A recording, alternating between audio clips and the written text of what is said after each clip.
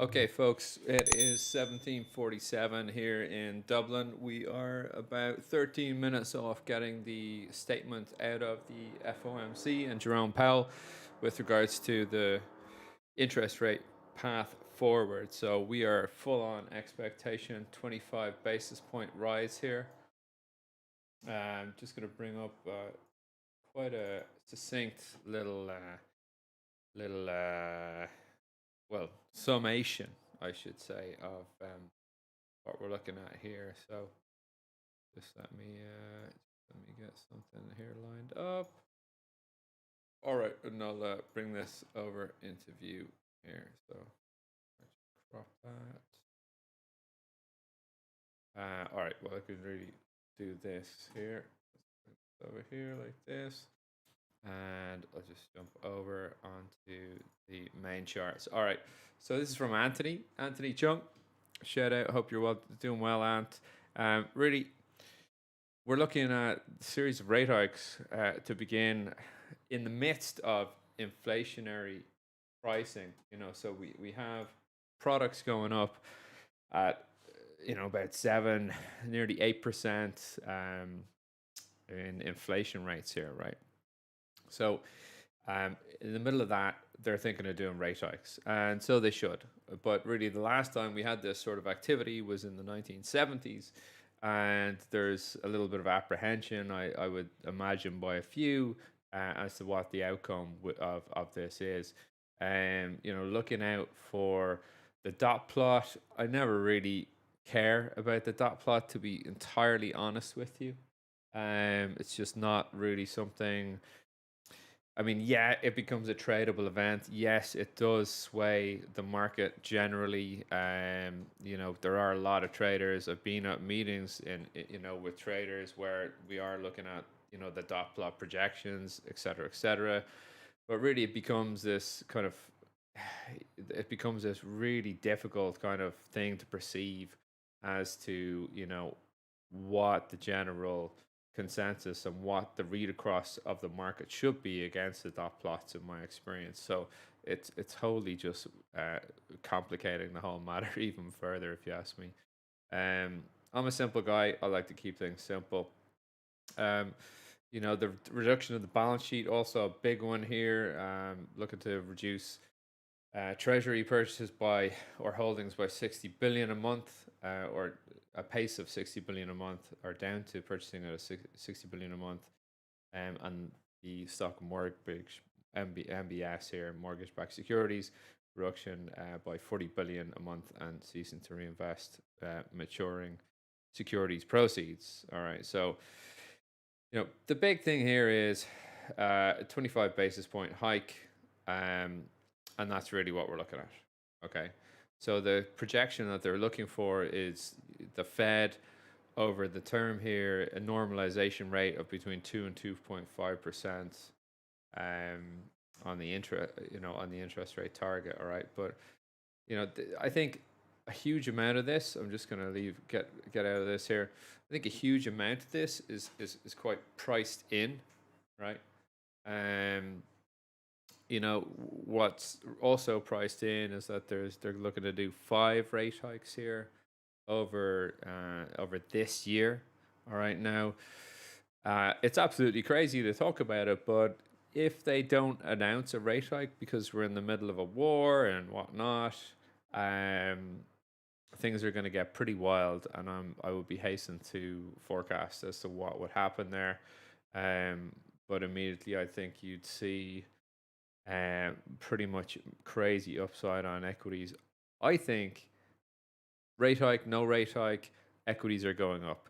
We have priced in 25 basis point rate hike. I think the thing to really be concerned about here is if it's a 50 basis point rate hike. I think that's going to be probably downside for equities here, but only temporarily. I mean, I think the markets have wholly priced in the 2.5. A 50 basis point, I think you just roll back a bit here. So not too much though. I think gold is absolutely cooked. I think invasion. We don't, look at the last 2 years of what we've had on gold here. Let me pull this chart up, right? And I'll get into this talking product specifics. 8 minutes now until the statement. So, COVID, right here, right here. COVID happened, okay? Right there. Right? COVID happened there. And then we kind of came into August of 2020. And sure enough, we were up high on gold, all right? 21.14s or thereabouts. But ever since that top in August 2020, who's been making money owning gold? Not very many people. Who's been making money selling it in the high street, selling it on here? Well, everybody. Now we got the invasion on around the 24th of Feb, and escalation of forces on the border, even leading up into that. Started to take a bid around 1840s. Okay, fine. Those people are making money. All right, but generally, we've had a slight softening of the tone in Ukraine today, where we had Putin coming out and saying that there are constructive talks happening. To bring up the actual quote, do I have it on my new Squawk feed? Let's see, Biden administration. No.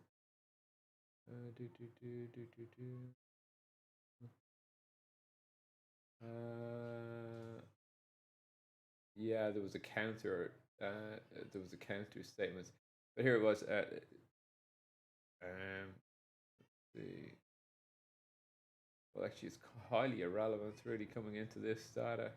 We can we normally talk about this stuff during the day, so I'm going to leave that there because I can't find it on the feed, which is fantastic, though. All right, let's look at these equities. All right, and let's look at the SPOOs. We've had a pretty decent day, I have to say. Well, 2 days so far here on the SPOOs, down on the lows, back to the 20 exponential moving average, 200 sitting in confluence now, up here, 43.60s. That is the high of the 21st, the 14th of July, 2021, right, coming in here, okay? And it's been a general line in the sand for this market. And I think upside targets we can easily look at here, and that's a nice place to get out. I mean, if you're in this for a multi-week hold, look, I think you've bought well on yesterday, and I think we could do quite well. We just need to get this event out of the way. There is a gap remaining down here on the SPOOs, 39.96. The 500 exponential moving average sitting down there as well. 5 minutes to go now until the statement. Something we've had the opportunity to get in on as well this week. I was on the NASDAQ, this 500 EMA exponential moving average, daily moving average traded here, 12,974s, and guess what? It didn't look back. All right, we bought that 9 a.m. and it's still a lovely trade. It's still not ready to take out of the oven. Certainly, we're back at the 20 EMA from that push. Some big stuff going on here. I'm wondering what is going to reverse this market back down and push it down through this area. I don't know. I mean, we have really strong markets here. We flushed out in the bottoms. Percentile wise, top of the year to the all-time high to sort of lows of this week was only like 22.28% there. So yeah, technically when it goes under 20%, it's bear territory, but whatever. All right, so that's SPOOs and NASDAQ, and on the Dow here on the daily, you can kind of see similar stuff. I know I'm tracking a lot of areas here, but if I change these to weekly bars, they are significant levels to be risking off of if I want to be a buyer or a seller on this market. So yeah, look, we've done a really decent job this week so far. Bid up off of 35,592s. Really, really fantastic buy in there yesterday, 9 a.m. Earned in early, leave it for the day, and you're making money. So really nice trading to be had there. Oil, it's been a tricky one. We don't need to talk about oil over an FOMC. We'll save that for the Discord. T-notes, we should be talking about T-notes and the dollar, and then I'll finish this off and get the Squawk live All right, thanks to the guys at New Squawk.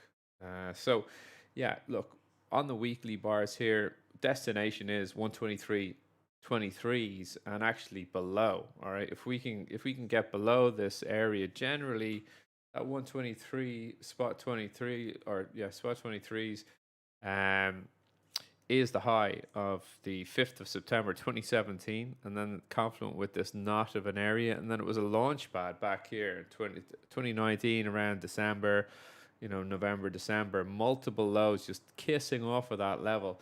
So should we sell off down here and get more up in the yield? Well, really, that's not going to be good for tech. It's not going to be good for gold.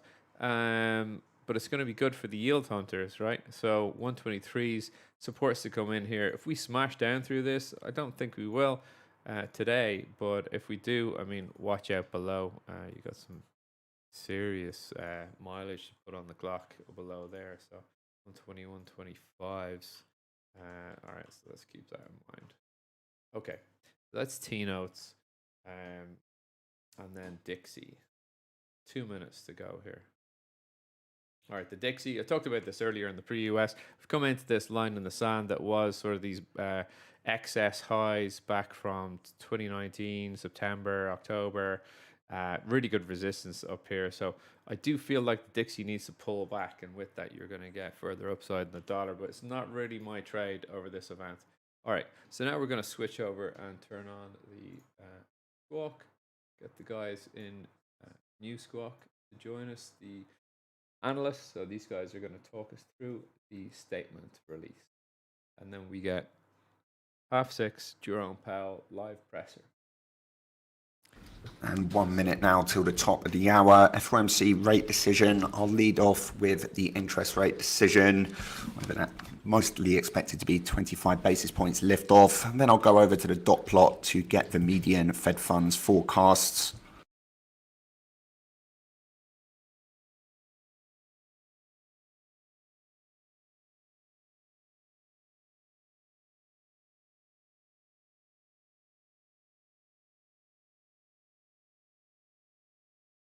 "30 seconds. I'll just say 25 basis points if that is the increment, or conversely 50 if they do go larger.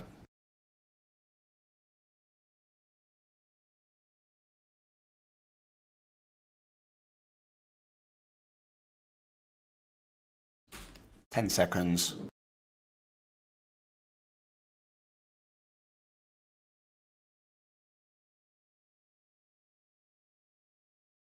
"25 basis points as expected. Do note the Fed median view at the end of 2022, 1.9% from 0.9%. At the end of 2023, Fed funds seen at 2.8% from the prior 1.6%. And the same for the end of 2024 at 2.8%. The view of longer run does fall to 2.4 from 2.5. 8-to-1 vote split for the Fed hike, with Bullard calling for a 50 basis point hike at the meeting. So there was a hawkish 50 basis point dissenter. Just going over some of the comments here. Expects inflation to return to 2% objective and the labour market to remain strong, with appropriate firming in the stance of monetary policy. They're saying inflation remains elevated, reflecting supply and demand imbalances related to the pandemic, higher energy prices and broader price pressures. It does say the invasion of Ukraine by Russia is causing tremendous human and economic hardship.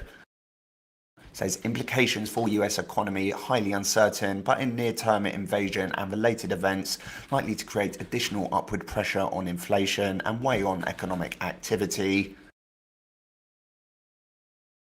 Just breaking down some of the dot plots, 11 of the 16 policymakers see the Fed funds rate above 2.4% neutral by the end of 2023.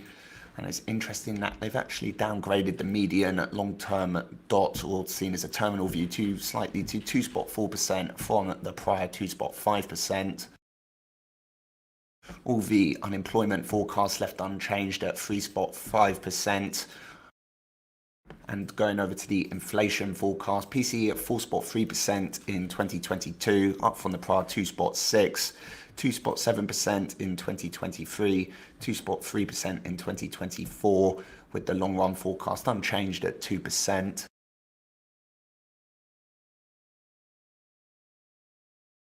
And on the balance sheet, it does expect to begin reducing holdings of Treasury securities and agency mortgage-backed securities at a coming meeting. Doesn't provide any further calendar guidance than that, at a coming meeting for balance sheet reduction.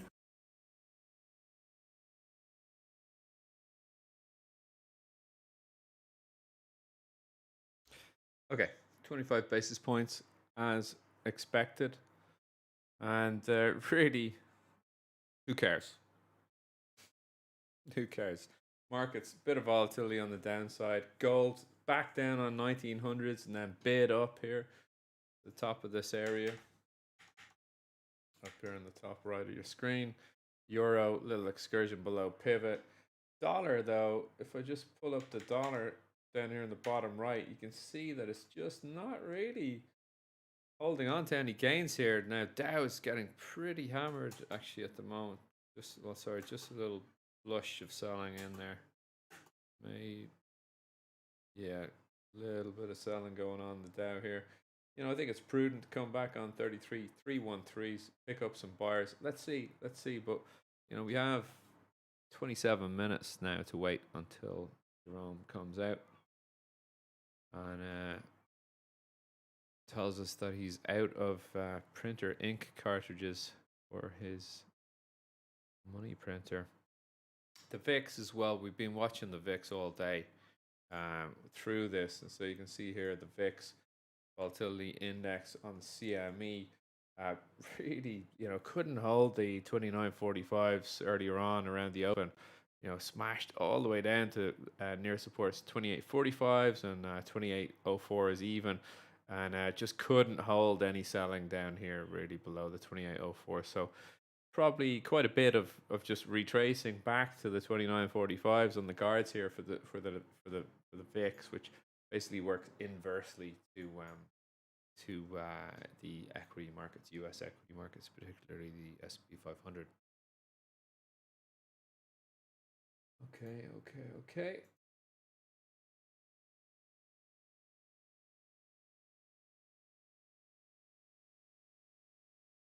Front end of the curve under particular selling pressure. 2-year yields rise to 1.96% from beneath 1.9 prior to the release. T notes just ticking lower by a bit more, but really is curve flattening seen in wake of an incremental downside seen in stock futures, although within the day's ranges for the futures.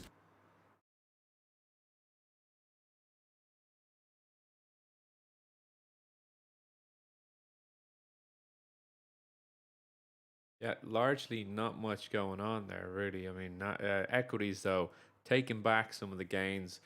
Nasdaq currently up 1.2 on the session. SPOO's pulling back positive 0.6 on the session. On the Dow, positive still at 0.3. We may revisit the opening prices here across the board.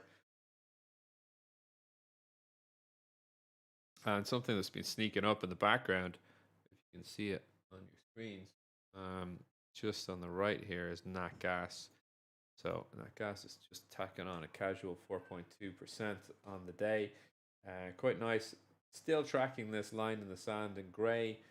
I know there's quite a few levels to look at here, but well, you know, we need to track a lot of these levels. We could probably remove some of these moving averages. We'll leave the 20 on.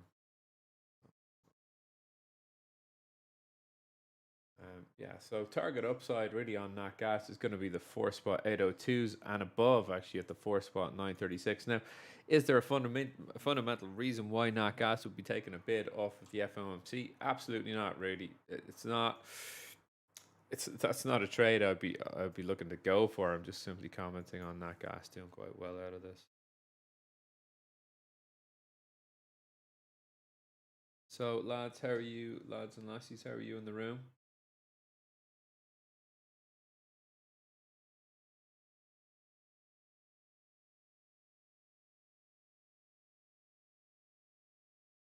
How is the crowd on Twitter? Anyone watching? How is the crowd on Twitter?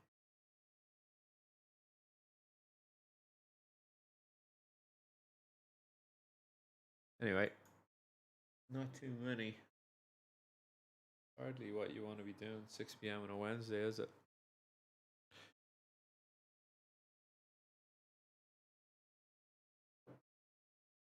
Unless you're dedicated to your trading.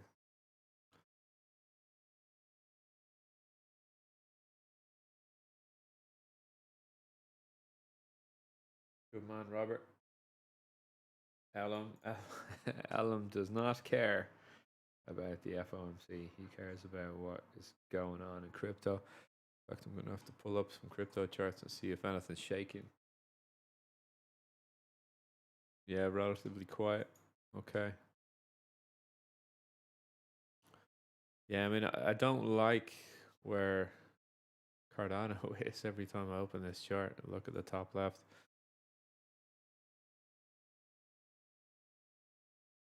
Bitcoin up a measly 1.8. Whoa.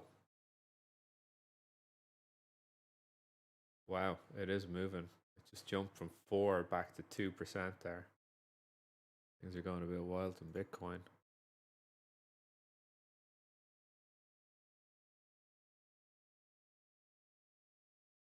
Here we are on the 60 minutes on Bitcoin, lower part of your screen on the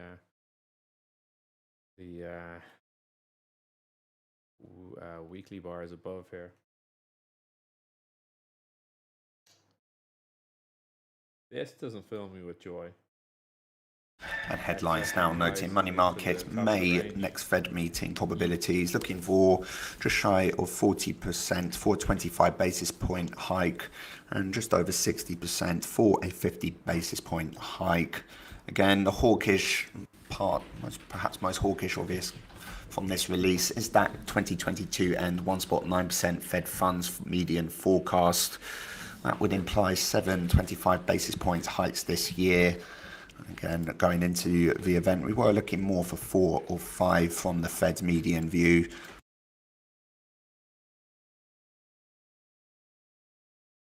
So just to reiterate what the Squawk was just saying there, it seems like that it's indicative now. There are 7 hikes for this year. That would be pretty hawkish, to be honest. So, yeah, right, down we go on equities. Pretty much wiping out most of the day's gains here now. Oil seems kind of. I don't expect oil to be moving at all over this. I'm more kind of concerned as to where we may end up at the next Monday on oil, basically. But doing a good job so far, holding over 95.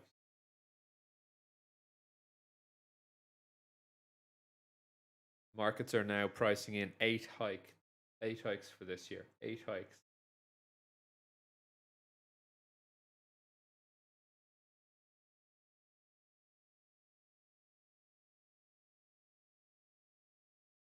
Really coming back here, boys and girls.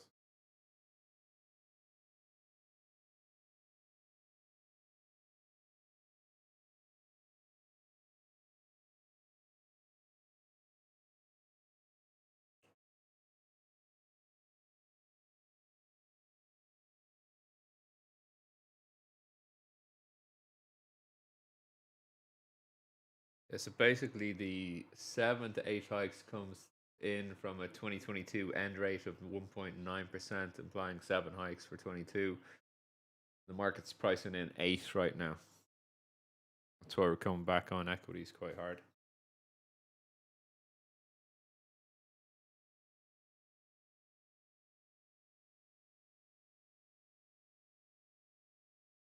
Five and 10-year bonds are inverting now, whatever that means. It's I joke. I'm not a bond trader. I'm not a bondy. No way. Just slow beans. VIX back up on 29s now, headed to next stop, the support that we lost this morning, 29.45s.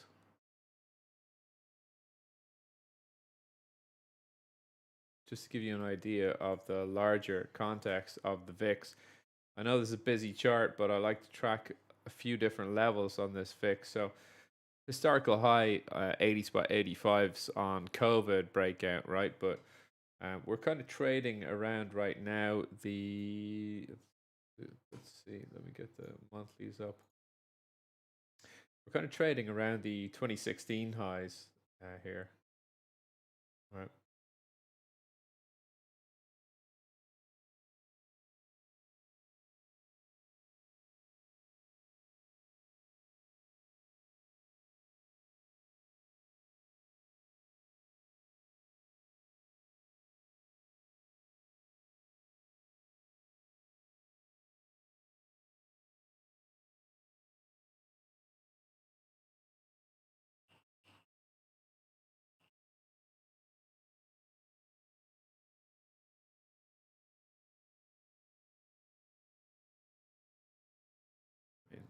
No real trades to look at here so far. I'm going to be interested in the Nasdaq back on 13.441 halves.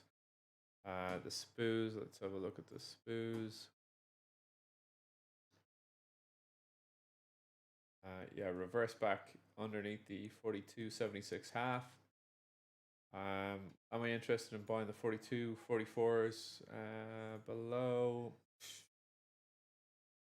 Don't know right yet. I don't know right now. That's going to be the low of the 1st of October 21. This area here.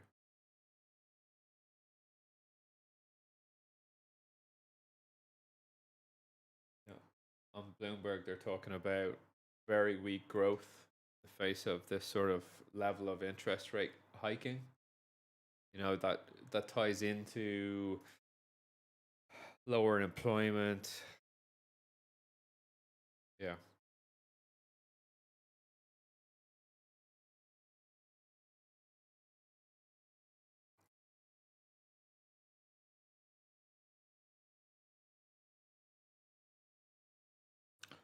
See, big trend down here that we sprang out from below yesterday on, or sorry, yeah, yesterday on the SWOOs.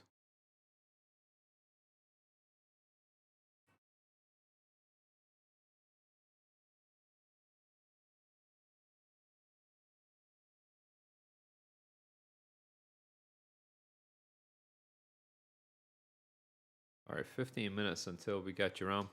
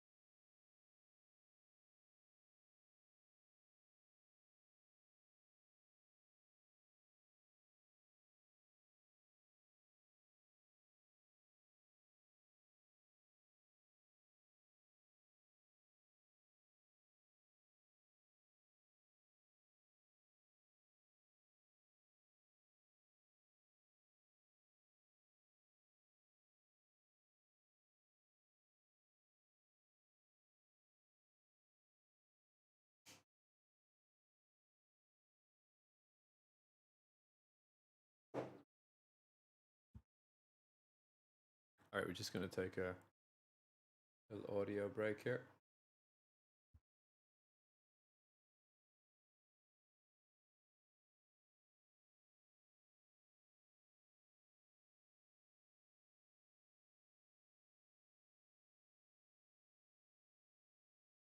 Yeah, so about 14 minutes until Jerome.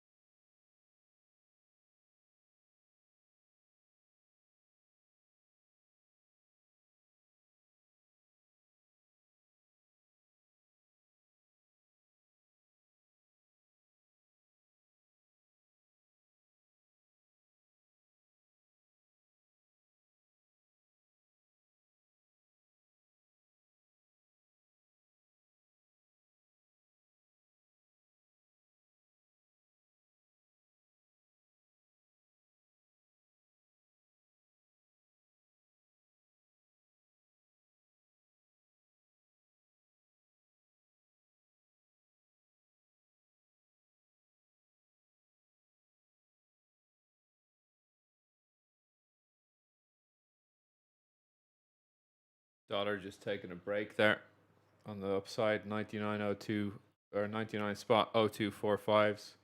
That resistance area, that line in the sand that we were looking at. Let me blow that up and show you. So here we are. Here's what it looks like on the 60-minute. Just let me get this more like this. Oh no.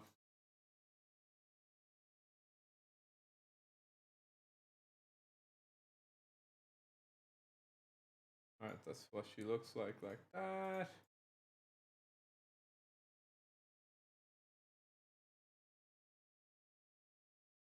Covered this just before the announcement. There you go. Here's that area on the dollar. I mean, big trend here to hit on the upside, right?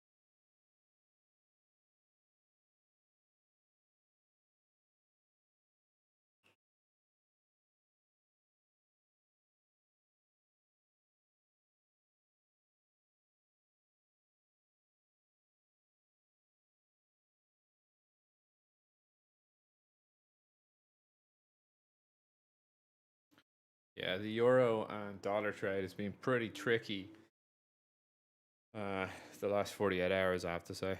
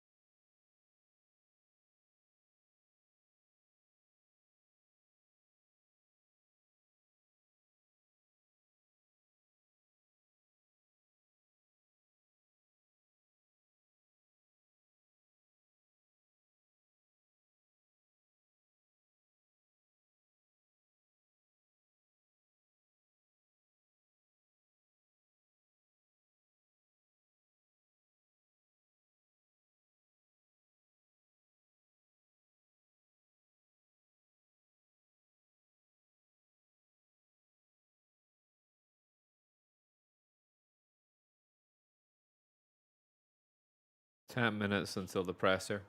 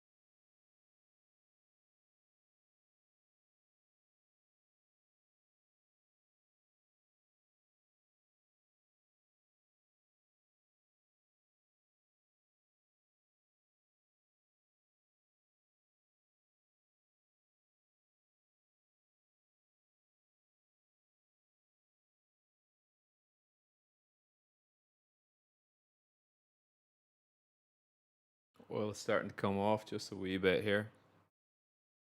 On this stronger dollar environment, you're going to see a little bit of that. Nothing to be concerned about, really. I mean, until that dollar really gets a new high on this day.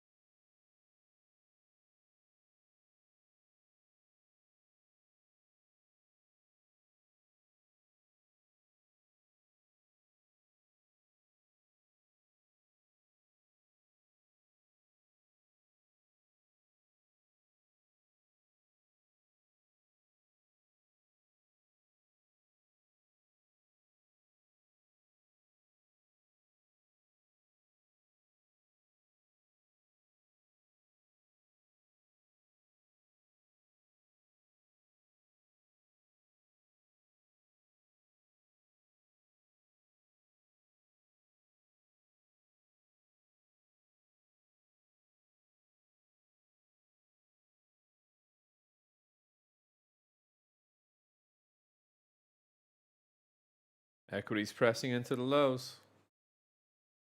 Cable getting served up with a lot of dollar strength for the pullback here. Relatively buoyant though, however, for cable above this 30.15s. It's a big level. I've talked about it in the pre-US, I think it was yesterday or the day before. Gold, look at gold here. Quite the spread on the volatility on gold so far.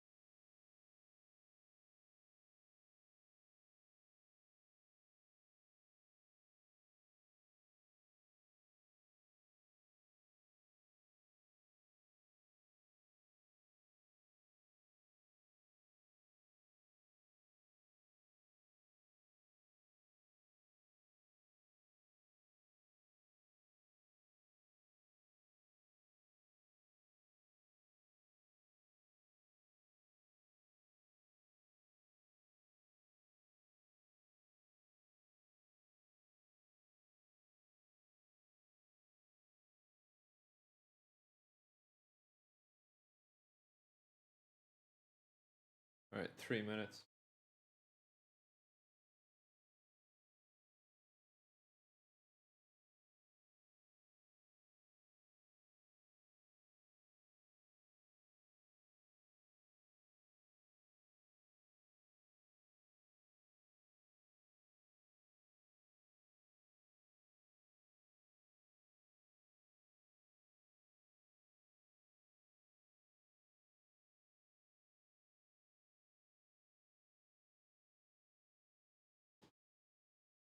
I'll bring in the audio once Jerome comes on.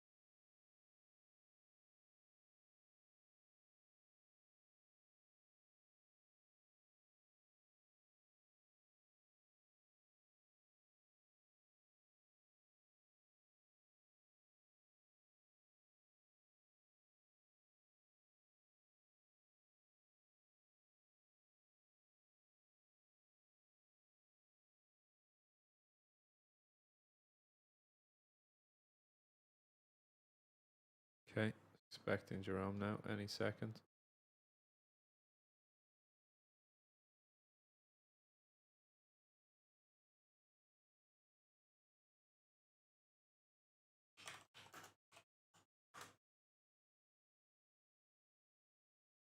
Good afternoon. I want to begin by acknowledging the tremendous hardship the Ukrainian people are suffering as a result of Russia's invasion. The human toll is tragic. The financial and economic implications for the global economy and the U.S. economy are highly uncertain. In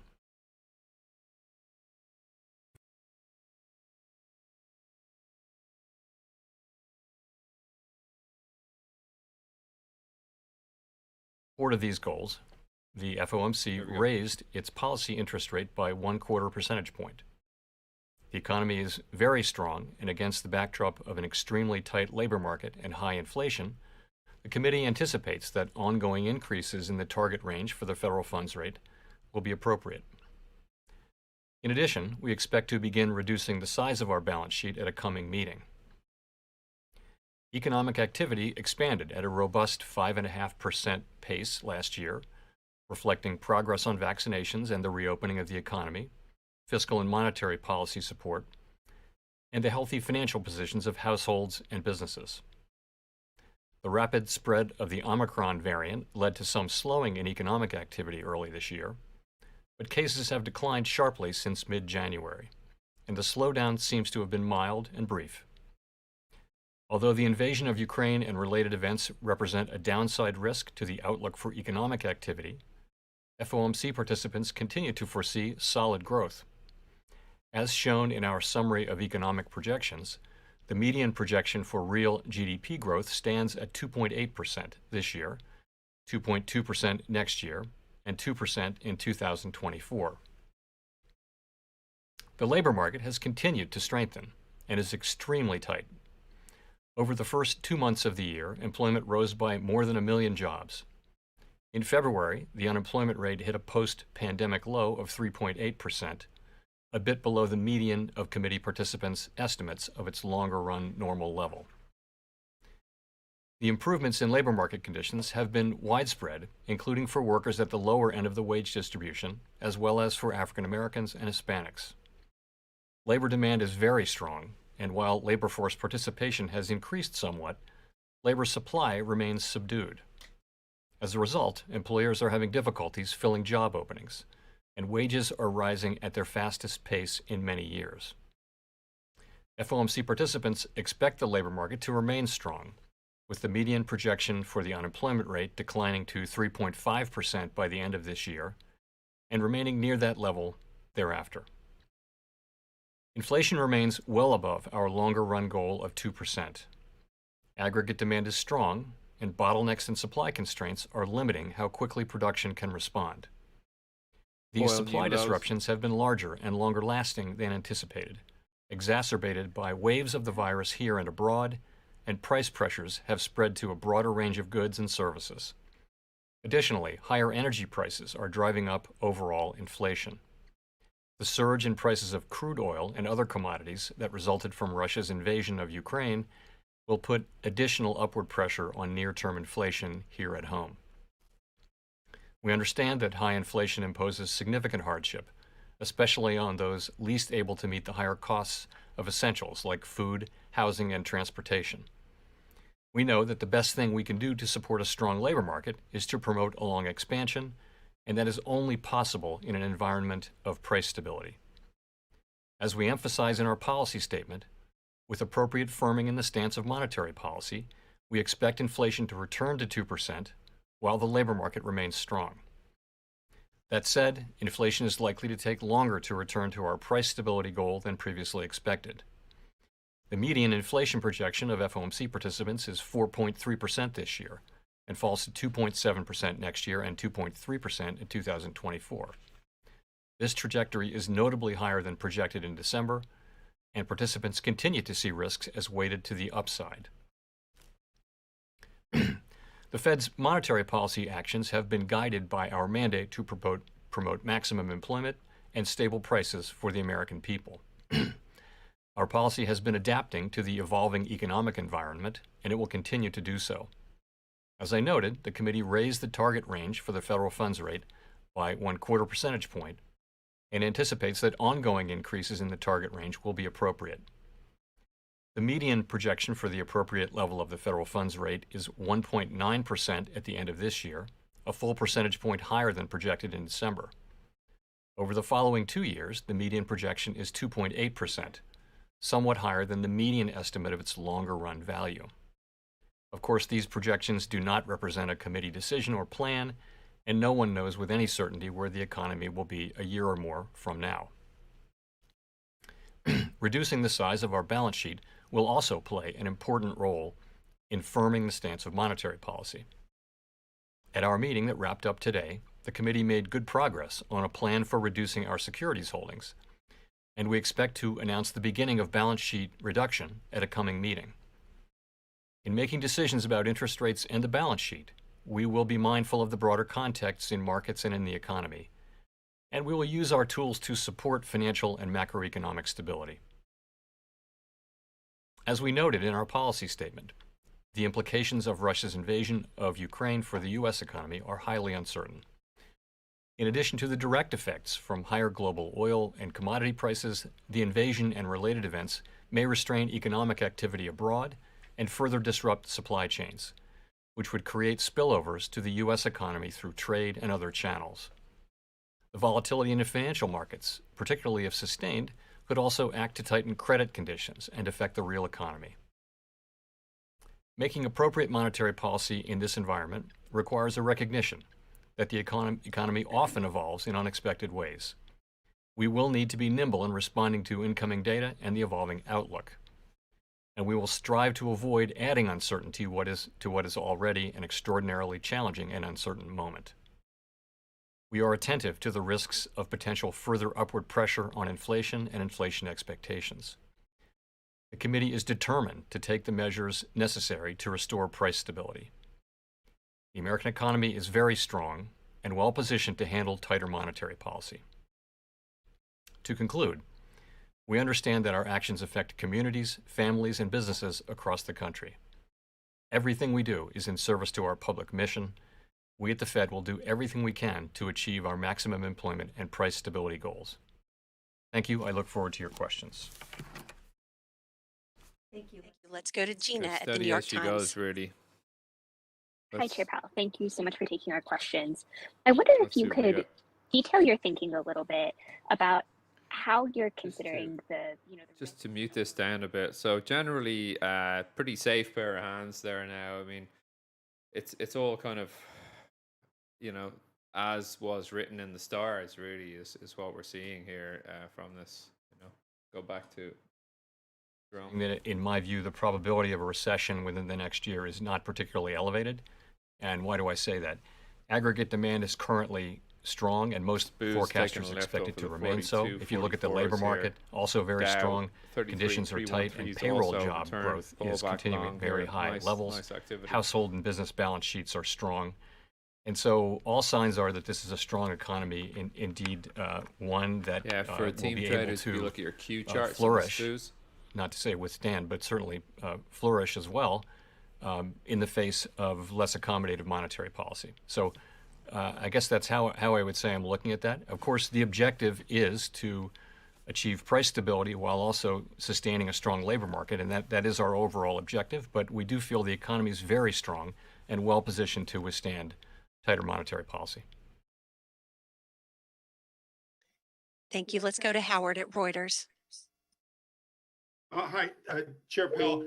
I was wondering, in the SEPs, you have quite a markdown to GDP from 4 to 2.8%.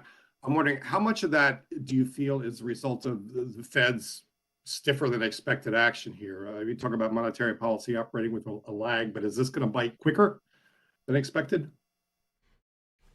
I don't think that's a big piece of it, actually. I think some of that is just an early assessment of the effects of spillovers from the war in Eastern Europe, which will hit our economy through a number of channels. Highly uncertain, but you're looking at higher oil prices, higher commodity prices. It'll be so that we think that will weigh on GP to some extent. So that's part of what moved those assessments down. I think generally monetary policy works with a lag, so some of that would also be in there. But remember as well that 2.8% is still very strong growth. If we think that the potential growth rate of the economy is somewhere around 1.75%, 2.8% is strong economic growth. It would have been one of the strongest years, in fact, of the last expansion. So while it's lower than last year's 5.8%, it's still quite strong growth. So I would say it's quite a strong forecast. So in that context, what would trigger you to go faster or slower on the rate hikes? Ongoing increases doesn't really tell us whether this is going to come in bigger chunks or evenly paced through the year. So the way we're thinking about this is that every meeting is a live meeting, and we're going to be looking at evolving conditions. And if we do conclude that it would be appropriate to move more quickly to remove accommodation, then we'll do so. I can't be perfectly specific about it, but that's certainly a possibility as we go through the year. Thank you. Thank you. Let's go to Rachel at the Washington Post. Thank you, Michelle, and thank you, Chair Powell, for taking our questions. I'm curious if you can be specific on when you expect to see inflation will start to come down, especially with the combination of rates going up, fiscal aid dissipating from the economy, and supply chains getting better. And if you don't start to see that, how will you signal it? What will you be looking for, and what will you be looking for over the course of the year? Thank you. So I guess I would say that before the invasion of Ukraine by Russia, so let's go back to that. I would have said that the expectation was that inflation would peak sometime in the first quarter, maybe the end of the first quarter of this year, and then maybe stay at that level or a little bit lower, and then start to come down in the back half of the year. So now we're already seeing a little bit of short-term upward pressure in inflation due to higher oil prices, not natural gas a little bit, but not so much for us since we have our own natural gas supply, other commodities prices.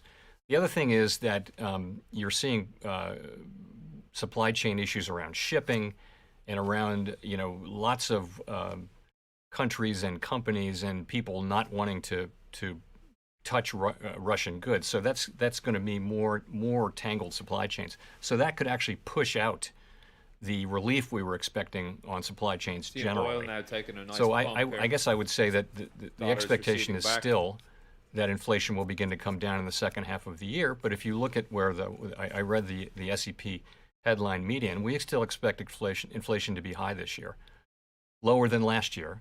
And then we expect, though, particularly with the effects of the war, but also the data we've seen so far this year, we expect inflation to remain high through the middle of the year, begin to come down, and then come down more sharply next year.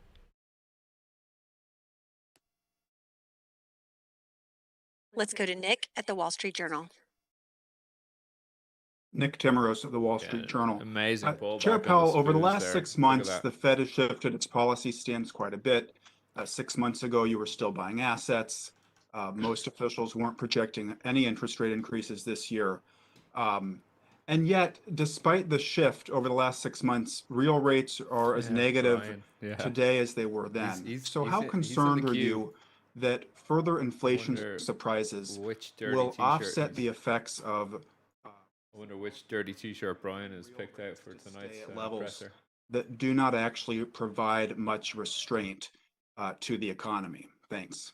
So that's one of many ways of capturing the situation, which is that the committee really does understand that the time for rate increases and for shrinking the balance sheet has come.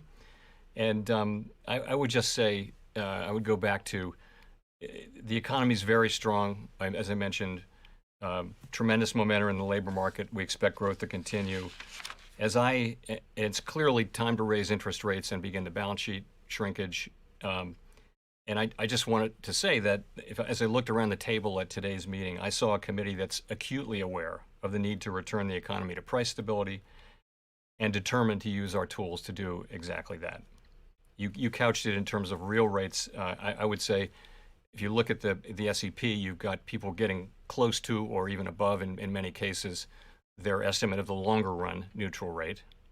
So I understand that doesn't do it for real rates, but if you go out a year or two, many people are in their forecasts are having tight policy from a real interest rate standpoint. So that's something that we're focused on. Of course, it's a highly uncertain environment, and we don't know what's going to happen, but we do know that we're going to deploy our tools to achieve our goals, and that includes the price stability goal.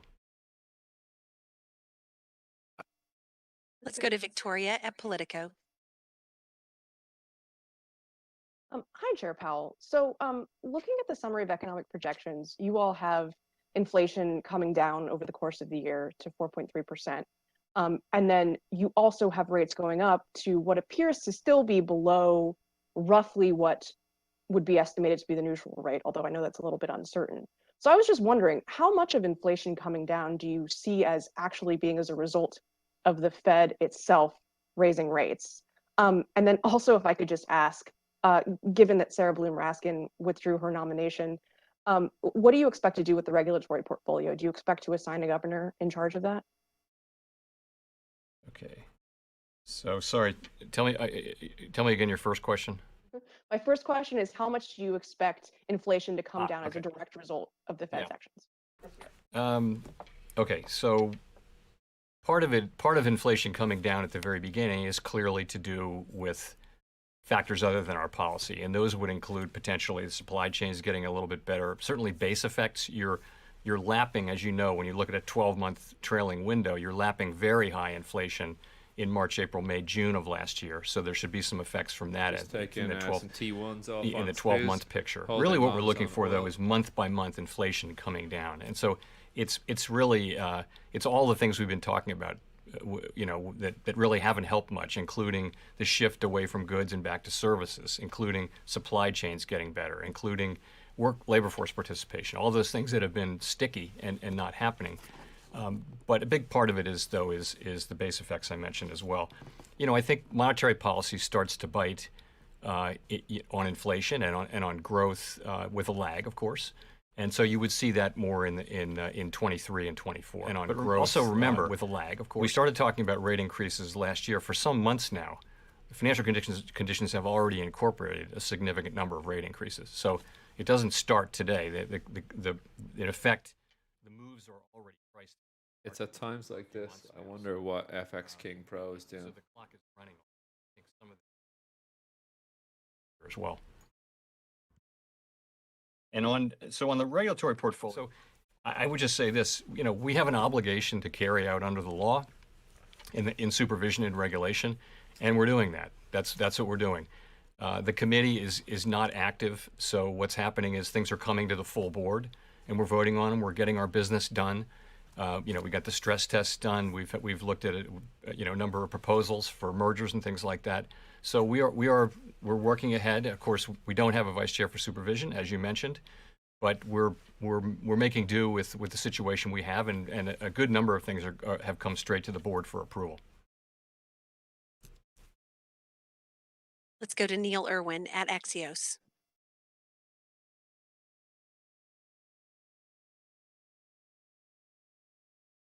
Let's go to Neil Irwin. Hi, Chair Powell. It's Neil Irwin at Axios. Thanks for taking our questions.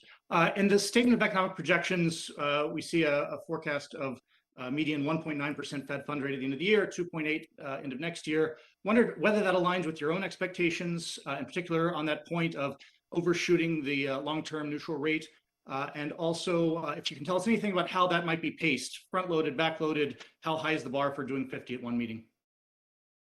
So I don't, Neil, I've never talked about my own SCP projection. It's in there, but I think Fed chairs have generally not done that because we just haven't done it. It's because we have to put together the consensus on the committee and present that consensus. So I wouldn't talk about my individual one. And in terms of the pacing of it, I would just point out that there's 7 remaining meetings this year. This isn't something we discuss or debate or agree on, but there's 7 remaining meetings and there's 7 rate hikes. I would add there's also the shrinkage of the balance sheet, which people do the math different ways, but that might be the equivalent of another rate increase just from the runoff of the balance sheet. So I don't, but I don't know. We haven't made any decisions on front end loading or going steadily through the year. And as I mentioned, if you look at the SEP, a good number of participants do see more than 7 rate increases this year. And I can't give you, I'm not going to try to give you a really specific test for what it would take to do that, but I will say this, though. We'll be looking at the data as they come in. We'll be looking to see whether the data show expected improvement on inflation. We'll be looking at the inflation outlook and making a judgment. And we'll be going, each meeting is a live meeting, and if we conclude that it would be appropriate to raise interest rates more quickly, then we'll do so.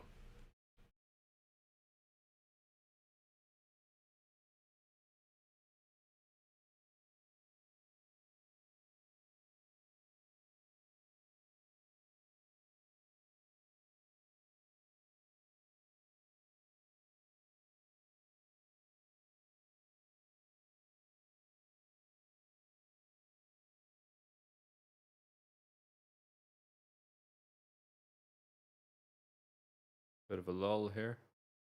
Not sure what's going on. 1 second. All right. This PA just home 1 second. Okay, we're going to try one more time. Colby Smith at the FT. Come on, Colby. You can do it. Big unmute button on the bottom left.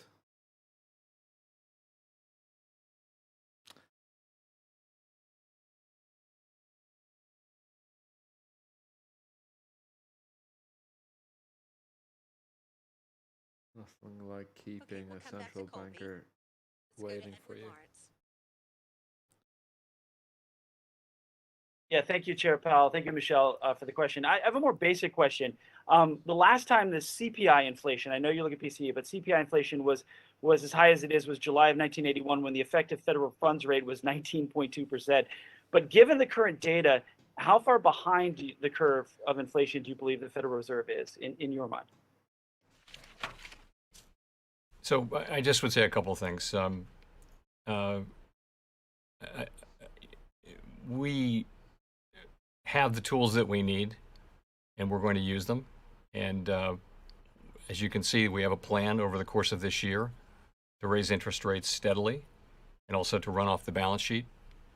We will take the necessary steps to ensure that high inflation does not become entrenched while also supporting a strong labor market. And as I mentioned, if we conclude that it would be appropriate to move more quickly, we'll do so. I leave it to others to make the judgment you ask for. And then just as a follow on that, I wanted to get you on the record on this. What impact has there been on your job, given the fact that you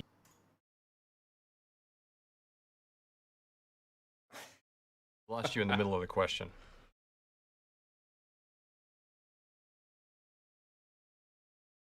Edward, can you repeat that question?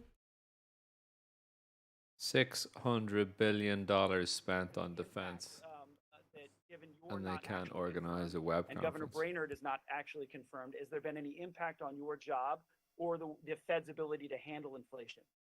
None whatsoever.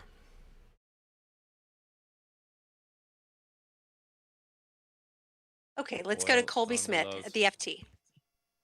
Thank you, Michelle. Chair Powell, how concerned is the committee about the notable pickup in services inflation, which is perhaps less likely to self-correct? And to what extent does it alter both the committee's confidence that long-term inflation expectations will not de-anchor in the coming months, as well as the balance of risks that the Fed may need to raise interest rates further above neutral than indicated in the dot plot? Thank you. Thank you. So, of course, that's something we're watching report by report, and we noticed it in the last meeting, and it's part of the overall picture. We have expected services inflation to move back up to where it was, and that's part of what's happening. Is in the case of some services, prices are still getting back up to where they were before the crisis. In other cases, it's pretty clear that inflation has spread more broadly across services, and yes, that is concerning. In the meanwhile, we see some progress on the goods side, but really in this latest report, it was confined to vehicles, which is admittedly a large a large category. So, as I mentioned, the committee acutely feels its obligation to move to make sure that we restore price stability, and is determined to use its tools to do so. Thank you. Let's go to Steve Leisman at CNBC. Thank you, Mr. Chairman. I wonder if you could help me understand the kind of logic, if there is one, inside the more SCP retracement here. on the SPOOs and debt. As I look at the median forecast, for example, for unemployment, it runs for the 3-year window below the long run rate. I look at inflation. New low of day on oil. They're having audio issues big time on this conference. Call it the neutral rate, so the economy still runs hot. And that is all true in a regime when you run, at least for 2 years, the funds rate above the long run rate. I guess my question is this: are you not give a forecast here that essentially suggests you will be continuing to run further behind the curve and never really get in front of inflation because the economy will continue to run hot? And kind of on a related issue, you said earlier, inflation will take longer to return to price stability than we had originally expected.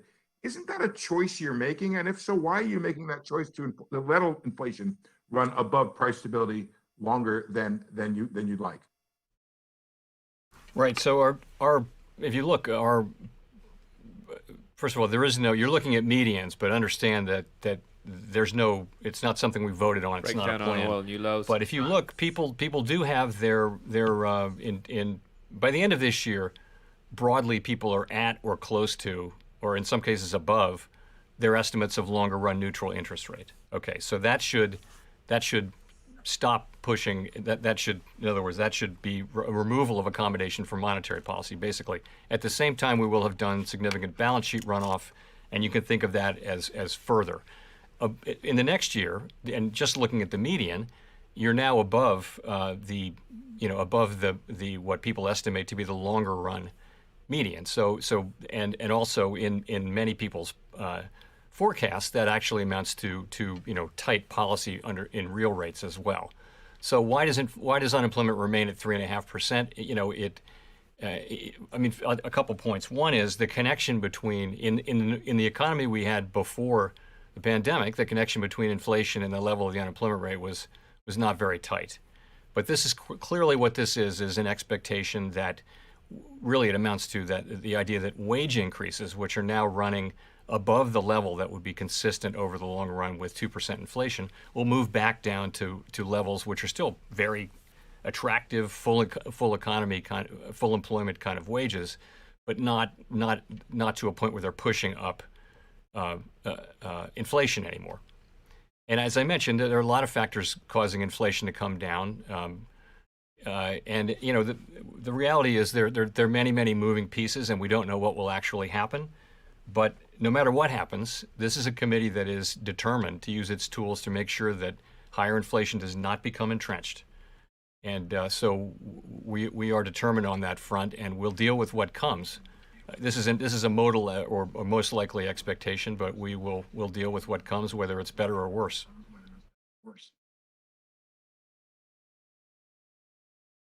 Thank you. Let's go to Chris Rugaber at the AP. Hi, thank you. Well, let me follow up a bit on that. I mean, there are a lot of economists skeptical that you can reduce inflation as much as you've penciled in without raising the unemployment rate. And I'm wondering just what are the mechanisms you see in reducing demand? I mean, outside housing and autos, how do higher Fed rates reduce consumer demand unless it's through higher unemployment? Thank you. Well, if you take a look at today's labor market, what you have is 1.7 plus job openings for every unemployed person. So that's a very, very tight labor market, tight to an unhealthy level, I would say. So in principle, if let's say that our tools work about as you described, and the idea is we're trying to better align demand and supply, let's just say in the labor market. So it would actually if you were just moving down the number of job openings so that they were more like 1-to-1, you would have less upward pressure on wages. You would have a lot less of a labor shortage, which is going on pretty much across the economy. We're hearing from companies that they can't hire enough people. They're having a hard time hiring. So that's really the thinking there. Is these are fairly well understood channels, interest sensitive, and basically across the economy we'd like to slow demand so that it's better aligned with supply, give supply at the same time to recover, and get into a better a better alignment of supply and demand, and that over time should bring inflation down. And I'll say again though, we don't have a perfect crystal ball about the future, and we're prepared to use our tools as needed to restore price stability. With as I mentioned in my opening remarks, without price stability, you really can't have a sustained period of maximum employment. It's one of our most fundamental obligations is to maintain and restore, in this case, price stability. So we're very committed to that. Of course, the plan is to restore price stability while also sustaining a strong labor market. That is our intention, and we believe we can do that. But we have to restore price stability. Okay, let's go to Scott Horsley at NPR. Thanks, and I apologize if this covers some of the same ground you just talked about, Mr. Chairman. I think I missed some of your answer there, but I have a follow-up. We're going to leave it there for Jerome and the Q&A.